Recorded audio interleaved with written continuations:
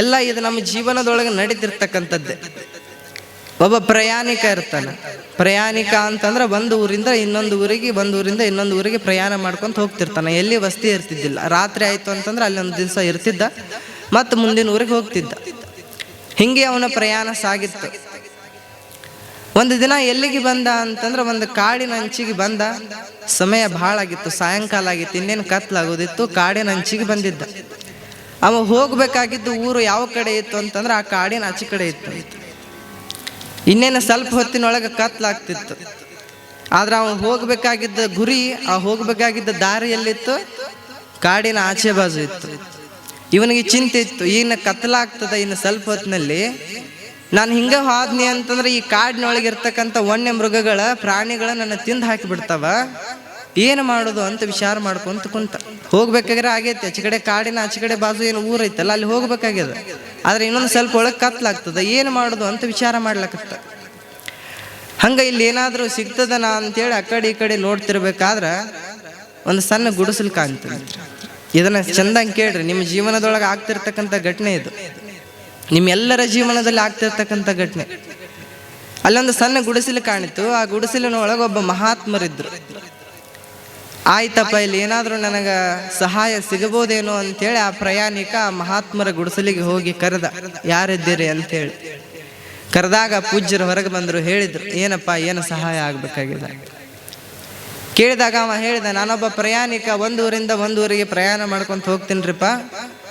ನಾನು ಆಚೆ ಕಡೆ ಊರಿಗೆ ಹೋಗ್ಬೇಕಾಗ್ಯದ, ಆದ್ರೆ ಈಗ ಕತ್ಲಾಗ್ಲಾಕತ್ತದ. ನಾನು ಹಿಂಗೆ ಕತ್ಲಾಗ ಹೋದ್ನಿ ಅಂತಂದ್ರೆ ಅಲ್ಲಿ ಕಾಡು ಪ್ರಾಣಿಗಳದಾವ, ನನ್ನನ್ನು ಕೊಂದು ಹಾಕಿಬಿಡ್ತಾವಪ್ಪ. ನಿಮ್ಮಿಂದ ಏನಾದರೂ ನನಗೆ ಸಹಾಯ ಆಗ್ತದನ ಅಂತೇಳಿ ಕೇಳಿದಾಗ ಗುರುಗಳು ಹೇಳಿದ್ರು ಅವಂಗ, ಬ್ಯಾಡಪ್ಪ, ಈಗ ಕತ್ಲಾಗ್ಯದ, ಹೋಗುದು ಬ್ಯಾಡ ಅಂತಂದ್ರು. ಇವತ್ತೊಂದು ದಿನ ಇಲ್ಲೇ ಇರು. ನೀನೇನು ಆಚೆ ಕಡೆ ಊರಿಗೆ ಹೋಗ್ಬೇಕಂತೆಯಲ್ಲ, ಅದನ್ನು ನಾಳೆ ಬೆಳಿಗ್ಗೆ ನಿನ್ನ ಪ್ರಯಾಣವನ್ನು ಮುಂದುವರಿಸುವಂತೆ ಇವತ್ತು ನಿನಗೆಲ್ಲ ಅನುಕೂಲವನ್ನು ಮಾಡಿಕೊಡ್ತೀನಿ. ಇವತ್ತೊಂದು ದಿನ ನೀನು ನನ್ನ ಹತ್ರನೇ ಇರು ಅಂತಂದ್ರು. ಪ್ರಯಾಣಿಕ ಭಾಳ ಹಠಮಾರಿ ಇದ್ದ.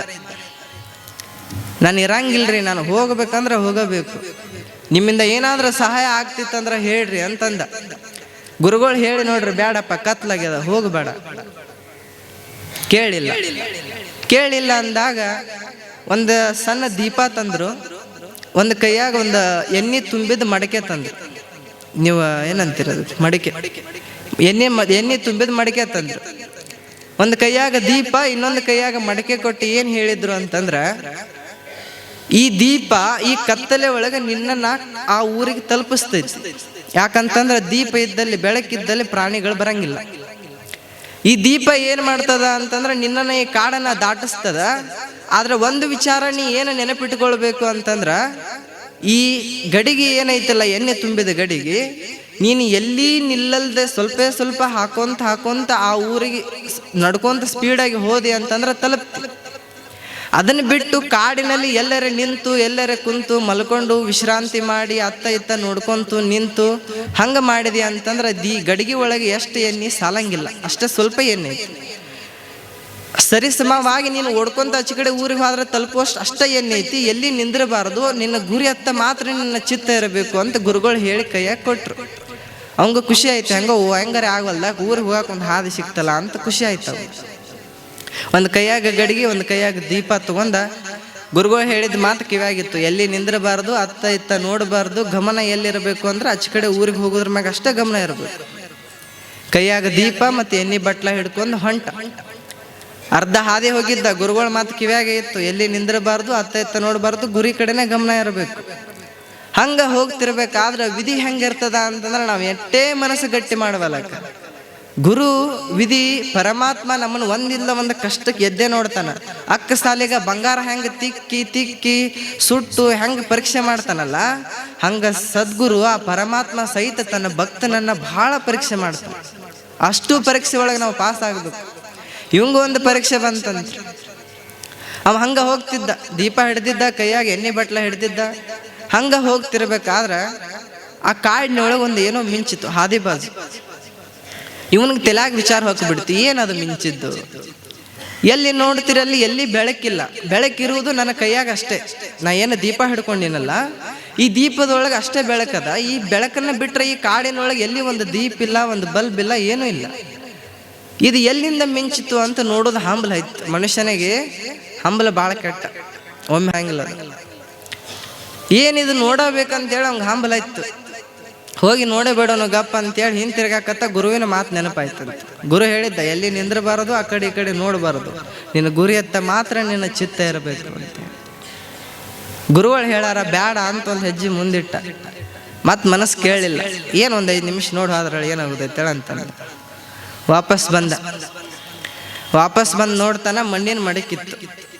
ಮಣ್ಣಿನ ಮಡಿಕೆ ಅಂದ್ರೆ ಮಿನ್ಸ್ತದನ್ರಿ? ಮಿನ್ಸಂಗಿಲ್ಲ. ಮಣ್ಣಿನ ಮಡಿಕೆ ಮಿನ್ಸ್ತದ? ಮಿನ್ಸಂಗಿಲ್ಲ. ಮಣ್ಣಿನ ಮಡಿಕೆ ಮಿನ್ಸಂಗಿಲ್ಲ, ಇದಂಗೆ ಮಿಂಚಿತ್ತು ಅಂತೇಳಿ ವಿಚಾರ ಮಾಡ್ತಿದ್ದ. ಅದು ಮಣ್ಣಿನ ಮಡಿಕೆ ಒಡೆದಿತ್ತು. ಆ ಒಡಕಿನ ಒಳಗಿಂದ ಏನೋ ಮಿಂಚ್ಲಾಕತ್ತಿತ್ತು. ಇದ್ರೊಳಗೆ ಏನೋ ಮಿಂಚುವಂಥದ್ದು ಐತಿ ಅಂಥೇಳಿ ಆಸೆ ಹುಟ್ಟಿತ್ತವನ್ನ. ಕುಂತ ದೀಪ ಇಟ್ಟ, ಆ ಎಣ್ಣೆದು ಬಟ್ಲ ಇಟ್ಟ, ಕೆಳಗೆ ಕುಂತ ಮಡಿಕೆ ತಗೊಂಡು ಬಿಚ್ಚಿ ನೋಡ್ತಾನ. ಮಡಿಕೆ ತುಂಬ ಬಂಗಾರದ ನಾಣ್ಯಗಳಿದ್ದು. ಕುಣಿದಾಡಕತ್ಬಿಟ್ಟ. ನಂದ ಸೌಭಾಗ್ಯ ತೆರೆದು ಬಿಡ್ತು, ಭಗವಂತ ಕಣ್ಣು ತೆರೆದು ನನ್ನ ಮ್ಯಾಗ. ಇನ್ನೇನು ನಾನು ಒಂದು ಊರಿಗೆ ತಿರುಗಾಡೋದ ಕೊಳಂಬಿಲ್ಲ. ಏನು ಮುಂದಿನವ್ರಿಗೆ ಹೋಗ್ತೀನಲ್ಲ, ಅಲ್ಲೇ ಒಂದು ದೊಡ್ಡ ಹೊಲ ತಗೊಂಡು ದೊಡ್ಡ ಮನೆ ಕಟ್ಟಿಸಿ ಆರಾಮ್ ಇದ್ದು ಬಿಡ್ತಾನಪ್ಪ ಭಗವಂತ ಅಂತಂದ. ಅವ್ಗೆ ಗುರುವಿನ ಮಾತು ನೆನಪೇ ಇಲ್ಲ. ಯಾಕ್ರಿ? ಬಂಗಾರ ಸಿಕ್ಕತ್ತಿಲ್ಲ, ಇನ್ನೇನು ಗುರುವಿನ ಮಾತು ಯಾಕೆ ನೆನಪಿರ್ತೈತಿ? ಗುರು ಹೇಳಿದ್ರು, ಎಲ್ಲಿ ನಿಂದ್ರಬೇಡಪ್ಪ, ಕುಂದ್ರಬೇಡ, ಸುಮ್ ಹೋಗಂತ ಹೇಳಿದ್ರು. ಅವ್ಗೆ ಬಂಗಾರ ಸಿಕ್ಕಿದ ಖುಷಿ ಒಳಗೆ ಕುಣಿದಾಡಕತ್ತ. ಕುಣಿದಾಡ ಸಮಾಧಾನ ವಿಚಾರ ಮಾಡಿದ. ಈಚೆ ಕಡೆ ಕೈಯಾಗ ಎಣ್ಣೆ ಬಟ್ಲ ಕೊಟ್ಟಾರ, ಈಚೆ ಕಡೆ ಕೈಯಾಗ ದೀಪ ಕೊಟ್ಟಾರ, ಇದನ್ನೇನು ಹೊತ್ಕೊಂಡು ಹೋಗ್ಲಿ ಅಂದ. ಈಗ ವಿಚಾರ ಆಯ್ತು, ಈಗ ಹೊತ್ಕೊಂಡು ಹೋಗೋದು ಬೇಡ, ಇಲ್ಲೇ ಒಂದು ಜಾಗ ಗುರುತು ಮಾಡಿ ಮುಚ್ಚಿಟ್ಟು ಬೆಳಿಗ್ಗೆ ಬಂದು ಒಯ್ಲಾಕ್ ಬರ್ತೈತಿ ಅಂತಂದ. ದೀಪ ಇಟ್ಟ, ಮಣ್ಣಿನ ಮಡಿಕೆ ಇಟ್ಟ, ಗುರುವಿನ ಮಾತಂತೂ ಮರೆತೇ ಇದ್ದ. ಗಾರಿ ತೆಗಿಲಕತ್ತ. ಮೊದ್ಲ ಕುಂದ್ರಬೇಡ ಅಂತ ಹೇಳಿದ್ರು, ಗಾರಿ ತಕೊಂಡು ನಿಂತಾನಿಲ್ಲ ಕಾಡಿನೊಳಗೆ. ಗಾರಿ ತೆಗದ ಮಡಿಕೆ ಮುಚ್ಚೋಟ ಗಾರಿ ತೆಗದ ವಿಚಾರ ಮಾಡಿದ, ಎಷ್ಟರೇ ನಾಣ್ಯಗಳಿರ್ಬೋದು, ಎಷ್ಟಿರ್ಬೋದು. ಮುಚ್ಚಿಟ್ಟು ಹೋಗಿದ್ರೆ ಇನ್ನೂ ಹತ್ತಿದ್ದೇನೋ ಅವ. ಮತ್ತೊಂದು ಹಂಬಲು ಹುಟ್ಟಿತು, ಎಷ್ಟರೇ ಇರ್ಬೋದು ನಾಣ್ಯಗಳಿದ್ರೊಳಗೆ, ಎನಿಸೇ ಬಿಡ್ನು ಅಂತಂದ. ಮಡಿಕೆ ತಗೊಂಡು ಬಿಚ್ಚಿದ, ಎನ್ಸಾಕತ್ತ 1 2 3 4 ಅಂತೇಳಿ. ಅವನು ದುರ್ವಿಧಿ ಎಷ್ಟಿತ್ತು ಅಂತಂದ್ರೆ, ಆ ನಾಣ್ಯಗಳು 99 ಆದವು ಅಂತ. ಎಷ್ಟಾದ್ರಿ? 99 ಆದವು. ಅವಂಗೆ ಮತ್ತೊಂದು ವಿಚಾರ ಆಯ್ತು, ಯಾರಾದರೂ ನಾಣ್ಯಗಳನ್ನು ಇಟ್ಟಾರ ಅಂತಂದ್ರೆ ಒಂದು ಶುದ್ಧ 100 ಇಡ್ಬೇಕು, 99 ಯಾಕೆ ಇಡ್ತಾರ? ನಾನಾ ಎಲ್ಲೋ ಲೆಕ್ಕ ತಪ್ಪು ಮಾಡೇನಂದ. ಮತ್ತೆ ಅನ್ಸಕತ್ತ, ಮತ್ತೆ 1 2 3 4 ಅಂತ ಅನ್ಸಕತ್ತ. ಈ ಸಲನು ಕೆಟ್ಟಿತ್ತ ಒಂದು 101 ಅದು ಅಂತ. 101 ಆದಾಗ ನಾನ ಲೆಕ್ಕ ತಪ್ಪಾಕತ್ತೇನೆ ಅಂತೇಳಿ ಮತ್ತೆ ಸುರುವಿದ, ಮತ್ತೆ ಅನ್ಸಕತ್ತ. ಈ ಸಲ ಶುದ್ಧ 100 ಅದು. ಈಗ ಮನಸ್ಸಿಗೆ ಶಾಂತ ಆಯ್ತಂದ. ಮಡಿಕೆ ಮುಚ್ಚಿ ಆ ಗಾರಿಯನ್ನು ತೆಗ್ದಿದ್ದಲ್ಲ, ಆ ಗಾರಿ ಒಳಗಿಟ್ಟ. ದೀಪದ ಕಡೆ ತಗೊಳಕಂತ ಹೋದ. ದೀಪ ತಗೊಂಡ, ಎಣ್ಣಿನ ಮಡಿಕೆ ಕಡೆ ಕೈ ಹಾಕಿ. ಎಣ್ಣೆ ಮಡಿಕೆ ನೋಡ್ತಾನ, ಮಡಿಕೆ ಒಳಗೆ ಎಣ್ಣೆನೇ ಇಲ್ಲ. ಈಗ ಅರ್ಧ ಕಾಡ ದಾಟ್ಯಾನ, ಬರೀ ಇನ್ನು ಹೋಗೋದು ಅರ್ಧ ಹಾದಿ ಐತಿ. ಮಡಿಕೆ ಒಳಗೆ ನೋಡ್ತಾನ, ಎಣ್ಣೆನೇ ಇಲ್ಲ. ಗಾಬರಿ ಆಗಿಬಿಡ್ತಾವಂಗೊಮ್ಮೆ. ಈಗ ಎದ್ರ ಚಿಂತಿದ್ರ ಅವಂಗ? ಊರಿಗೆ ಹೆಂಗೆ ಹೋಗ್ಲಿ? ಈಗ ಬಂಗಾರ ಚಿಂತಿಲ್ಲ ಅವಂಗ. ಹೆಂಗೆ ಜೀವಂತ ಹೆಂಗೆ ಉಳಿಬೇಕು ನಾನು ಅನ್ನುವಂಥ ಚಿಂತೆ ಇದ್ದಿದ್ದ. ಅವಾಗ ಅವೇನು ಬಂಗಾರ ಮಡಿಕೆ ಇಟ್ಟಿದ್ದಲ್ರಿ, ಆ ಮಡಿಕೆ ನಗಲಾಕೈತಂತ. ಹೇಳ್ತದ, ನಾನು 1000 ವರ್ಷದಿಂದ ಇಲ್ಲೇ ಇದ್ದೀನಿ. ಎಷ್ಟೋ ಜನ ಬಂದರು, ಗಾರಿ ತೆಗೆದ್ರು, ಎನಿಸಿದ್ರು, ಯಾರಿಗೂ ಒಯ್ಯಕ್ಕಾಗಿಲ್ಲ. ಇದ್ರ ತಾತ್ಪರ್ಯ ಏನು ಅಂತಂದ್ರೆ, ನಾವು ಜೀವನದಲ್ಲಿ ನಾವು ಸಹಿತ ಒಬ್ಬರು ಪ್ರಯಾಣಿಕರು. ನಾವು ಸಹಿತ ಹೊಂಟಿವಿ.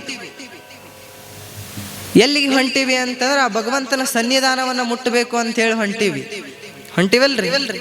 ಮುಕ್ತಿ ಪಡಿಬೇಕಂತ ಹೇಳಿ ಹೊಂಟಿವಿ. ಎದರಿಂದ ಮುಕ್ತಿ ಪಡಿಬೇಕು ಅಂದಾಗ ಈ ಕಾಡನ್ನ ದಾಟಿ ಹೋಗ್ಬೇಕಾಗಿದೆ. ಯಾವ ಕಾಡು?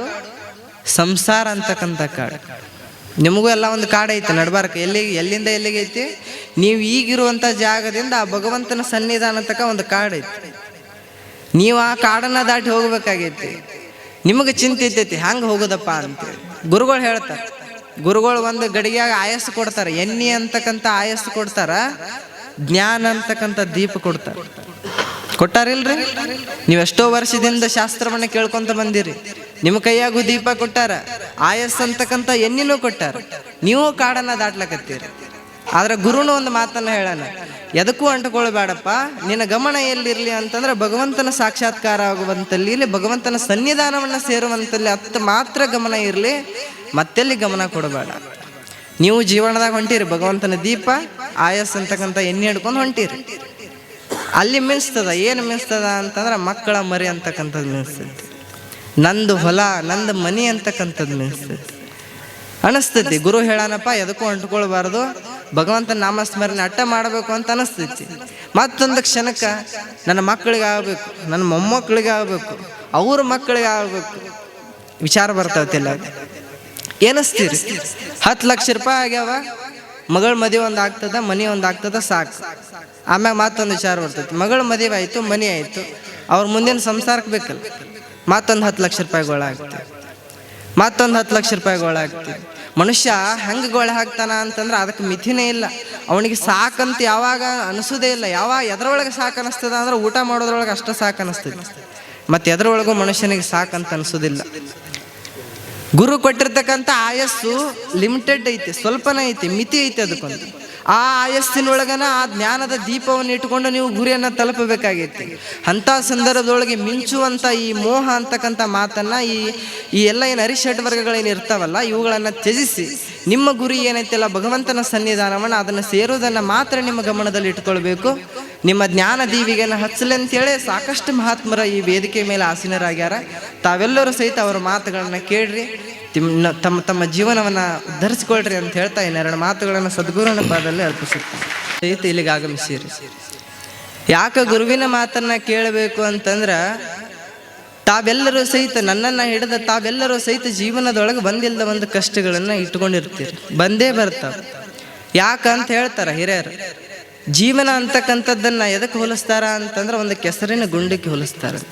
ಕೆಸರಿನ ಗುಂಡಿ ನೋಡಿರ್ತಾರಲ್ಲ, ಸಣ್ಣದಿರ್ತದೆ. ಕೆಸರಿನ ಗುಂಡಿಗೆ ಯಾಕೆ ಹೋಲಿಸ್ತಾರ ಅಂತಂದ್ರೆ, ಕೆಸರಿನ ಗುಂಡಿ ಎಷ್ಟು ಸಣ್ಣದಿರ್ತದಲ್ಲ, ಜೀವನ ಸಂಸಾರದಲ್ಲಿ ಇರ್ತಕ್ಕಂಥ ಜನರ ಮನಸ್ಸು ಸಹಿತ ಅಷ್ಟೇ ಸಣ್ಣದಿರ್ತದೆ. ತಾನು ನನ್ನದು ಅಂತಕ್ಕಂಥದ್ದು, ಇದಷ್ಟಪ್ಪ ನನ್ನ ಮನೆ, ಇದಷ್ಟಪ್ಪ ನನ್ನ ಹೊಲ, ಇದಷ್ಟಪ್ಪ ನನ್ನ ಊರು ಅಂತಕ್ಕಂಥದ್ದು ಸಂಕುಚಿತ ಮನೋಭಾವ ಯಾರಲ್ಲಿ ಇರ್ತದಲ್ಲ, ಅದನ್ನ ಕೆಸರಿನ ಗುಂಡಿಗೆ ಹೋಲಿಸ್ತಾರೆ. ಆ ಕೆಸರಿನ ಗುಂಡಿ ಒಳಗೆ ಇಳಿದಾಗ ಏನಾಗ್ತದ್ರಿ? ಕೆಸರು ಹತ್ತದ ಇಲ್ರಿ? ಕೆಸರಿನ ಗುಂಡಿ ಒಳಗೆ ಇಳಿದಾಗ ಹೆಂಗೆ ನಮ್ಮ ಮೈಗೆ ಕೆಸರು ಹತ್ತದಲ್ಲ, ಹಂಗೆ ಸಂಸಾರ ಅಂತಕ್ಕಂಥ ಈ ಜಂಜಾಟದೊಳಗೆ, ಸಂಸಾರ ಅಂತಕ್ಕಂಥ ಈ ಕೆಸರಿನ ಗುಂಡಿ ಒಳಗೆ ಇಳಿದೇರಿ ಅಂತಂದ್ರೆ ನಿಮ್ಮೆಲ್ಲರಿಗೂ ಸುಖ ದುಃಖ ಅಂತಕ್ಕಂಥ ರಾಡಿ ಎದ್ದು ಮೈಗೆಲ್ಲ ಹತ್ಕೊಂಡಿರ್ತದಂತ. ಅಲ್ಲಿ ಸ್ವಚ್ಛ ಆಗಂಗಿಲ್ಲ, ಹೊಲಸಾಗುದು ಅಂದ್ರೆ ಹಾಗೇ ಆಗತಕ್ಕಂಥದ್ದು. ಆದ್ರೆ ಗುರು ಇದಕ್ಕೊಂದು ದಾರಿ ತೋರ್ಸಾನ. ಜೀವನ ಅಂತಕ್ಕಂಥದ್ದು ಕೆಸರಿನ ಗುಂಡಿ ಆಯ್ತು ಅಂತಂದ್ರೆ, ಗುರುಗಳ ಆಶೀರ್ವಚನ ಅಂತಕ್ಕಂಥದ್ದು ಪ್ರವಾಹ ಇದ್ದಂಗೆ, ನದಿ ನೋಡಿರಲ್ಲ, ನದಿ ಇದ್ದಂಗೆ. ಸಂಸಾರದಲ್ಲಿ ನೀವು ಎಷ್ಟೇ ಕೆಸರನ್ನು ಹಚ್ಕೊಂಡಿದ್ರು, ಸಂಸಾರದಲ್ಲಿ ನೀವು ಎಷ್ಟೇ ನೋವನ್ನು ಅನುಭವಿಸಿದ್ರು, ಕಷ್ಟಗಳನ್ನು ಅನುಭವಿಸಿದ್ರು ಸಹಿತ ಇಂಥ ಒಂದು ಕಾರ್ಯಕ್ರಮಕ್ಕೆ, ಇಂಥ ಒಂದು ಅಧ್ಯಾತ್ಮ ಶಿಬಿರಕ್ಕೆ ಬಂದು ಗುರುವಿನ ಆಶೀರ್ವಚನದ ಪ್ರವಾಹದಲ್ಲಿ ನೀವು ಇಳಿದ್ರಿ ಅಂತಂದ್ರೆ ಮೈಗೆ ಹತ್ಕೊಂಡಿದ್ದ ಕೆಸರು ಹೋಗ್ತದ, ನಿಮ್ಮ ಮನಸ್ಸು ಶುಭ್ರ ಆಗ್ತದ, ಜೀವನನು ಸಹಿತ ಶುಭ್ರ ಆಗ್ತದ ಅಂತ. ಅದರ ಸಲುವಾಗಿ ನೀವೆಲ್ಲರೂ ಸಹಿತ ಗುರುವಿನ ವಾಣಿಯನ್ನು ಆಲಿಸ್ಲಿಕ್ಕೆ ಬಂದಿರಿ. ಗುರುವಿನ ವಾಣಿಗಿಂತ ದೊಡ್ಡದು ಈ ಜಗತ್ತಿನಲ್ಲಿ ಯಾವುದೂ ಇಲ್ಲ. ಗುರುವಿನ ವಾಣಿಗಿಂತ ದೊಡ್ಡದು ಯಾವುದೂ ಇಲ್ಲ. ಗುರುವಿನ ವಾಣಿ ನಮಗೆ ಅಮೃತ ಸಮಾನ ಆಗ್ತದೆ. ಹೆಂಗ ಅಂತಂದ್ರೆ, ಹಸಿದವನಿಗೆ ಊಟ ಹೆಂಗೆ ಅಮೃತ ಆಗ್ತದೆ, ಹಸಿವಾದವನಿಗೆ ಊಟನ ಬಿಟ್ರೆ ಮತ್ತೆ ಯಾವುದೂ ಚಿಂತಿರಂಗಿಲ್ಲ ಅಂತ. ಬಹಳ ಬಾಯಾರಿಕೆ ಆದವನಿಗೆ ನೀರನೇ ಅಮೃತದ ಗತೆ ಕಾಣ್ತದೆ. ಹಂಗ ಜೀವನದಲ್ಲಿ ಏನೇನೆಲ್ಲ ಕಷ್ಟಗಳನ್ನು ಅನುಭವಿಸಿರ್ತೀವಲ್ಲ ನಾವು, ನಮಗೆಲ್ಲವರಿಗೆ ಯಾವುದು ಅಮೃತ ಪ್ರಾಯವಾಗ್ತದ ಅಂತಂದ್ರೆ ಅದು ಶ್ರೀ ಗುರುವಿನ ವಚನ, ಶ್ರೀ ಗುರುವಿನ ವಾಣಿ. ಹಿರಿಯರು ಹೇಳ್ತಾರೆ, ಗುರುಗಳು ಹೇಳಿದ್ರಾಗಳ, ಅಜ್ಞಾನ ತಿಮಿರಾಂಧಸ್ಯ ಜ್ಞಾನಾಂಜನ ಶಲಾಕಯ ಚಕ್ಷುರುನ್ಮಿಲಿತನ್ಯೇನ ತಸ್ಮೈ ಶ್ರೀ ಗುರುವೇ ನಮಃ. ಈ ಜಗತ್ತನ್ನ ಬೆಳಗುವವನು ಯಾರ್ರಿ? ಸೂರ್ಯ. ಹಗಲತ್ತಿನಲ್ಲಿ ಈ ಜಗತ್ತನ್ನ ಸೂರ್ಯ ಬೆಳಗ್ತಾನ. ರಾತ್ರಿ ಹೊತ್ತು ಕತ್ತಲ ಒಳಗ ಕತ್ತಲನ್ನ ದೂರ ಮಾಡ್ಲಿಕ್ಕಂತೇಳಿ ಚಂದ್ರ ಬೆಳಗ್ತಾನ. ಹಗಲತ್ತಿನಲ್ಲಿ ಸೂರ್ಯ ಬೆಳಗ್ತಾನ, ರಾತ್ರಿ ಹೊತ್ತು ಚಂದ್ರ ಬೆಳಗ್ತಾನ. ಕತ್ತಲೆಯನ್ನ ಹೊಡೆದೋಡಿಸ್ತಾನ. ಮನೆ ಒಳಗಿರ್ತಕ್ಕಂಥ ಕತ್ತಲೆಯನ್ನ ದೀಪ ಹೊಡೆದೋಡಿಸ್ತದ. ಹಂಗ ನಮ್ಮ ಮನಸ್ಸಿನೊಳಗೆ ಏನು ಅಜ್ಞಾನ ಅಂತಕ್ಕಂಥ ಈ ಕತ್ತಲೆ ತುಂಬಿಕೊಂಡದಲ್ಲ, ಏನ ಮೋಹ ಮಾಯೆ ಮದ ಅಂತಕ್ಕ ಅರಿಷಡ್ವರ್ಗಗಳೇನು ಅಜ್ಞಾನ ಅಂತ ಕೂಡಿರ್ತಕ್ಕಂಥ ಇದೇನು ಕತ್ತಲೆ ತುಂಬಿಕೊಂಡದಲ್ಲ, ಈ ಕತ್ತಲೆನ ಹೋಗಿಸ್ಬೇಕು ಅಂತಂದ್ರೆ ಏನು ಮಾಡಬೇಕು ಅಂತ ಹೇಳ್ತಾರಂದ್ರ, ಶ್ರೀ ಗುರುವಿನ ವಾಣಿಯಿಂದ ಹೊತ್ತಿಕೊಂಡಿರ್ತಕ್ಕಂಥ ಜ್ಯೋತಿಯನ್ನು ನಮ್ಮ ಮನಸ್ಸಿನಲ್ಲಿ ಉರಿಸ್ಕೊಳ್ಬೇಕು. ಮನೆಯಲ್ಲಿ ದೀಪವನ್ನು ಉರಿಸಿದಾಗ ಹೆಂಗ ಆ ಕತ್ತಲೆ ಹೊಡೆದು ಹೋಗ್ತದಲ್ಲ, ಶ್ರೀ ಗುರುವಿನ ಮಾತನ್ನ ನಾವು ಕೇಳಿದಾಗ ನಮ್ಮ ಮನಸ್ಸಿನಲ್ಲಿರ್ತಕ್ಕಂಥ ಅಜ್ಞಾನ ಅಂತಕ್ಕಂಥ ಅಂಧಕಾರವನ್ನ ಗುರುವಿನ ವಾಣಿ ಅಂತಕ್ಕಂಥ ಜ್ಞಾನ ದೀಪಿಗೆ ಹೊಡೆದೋಡಿಸ್ತದೆ. ಅದಕ್ಕಾಗಿ ತಾವೆಲ್ಲರೂ ಸಹಿತ ಬಹಳಷ್ಟು ಶಾಂತಿಯಿಂದ ಶಿಸ್ತಿನಿಂದ ಬಂದು ಕುಳಿತೀರಿ, ಅಪ್ಪುಗಳ ಮಾತನ್ನ ಕೇಳಕಂತ ಕುಂತೀರಿ. ಒಂದು ಸಣ್ಣ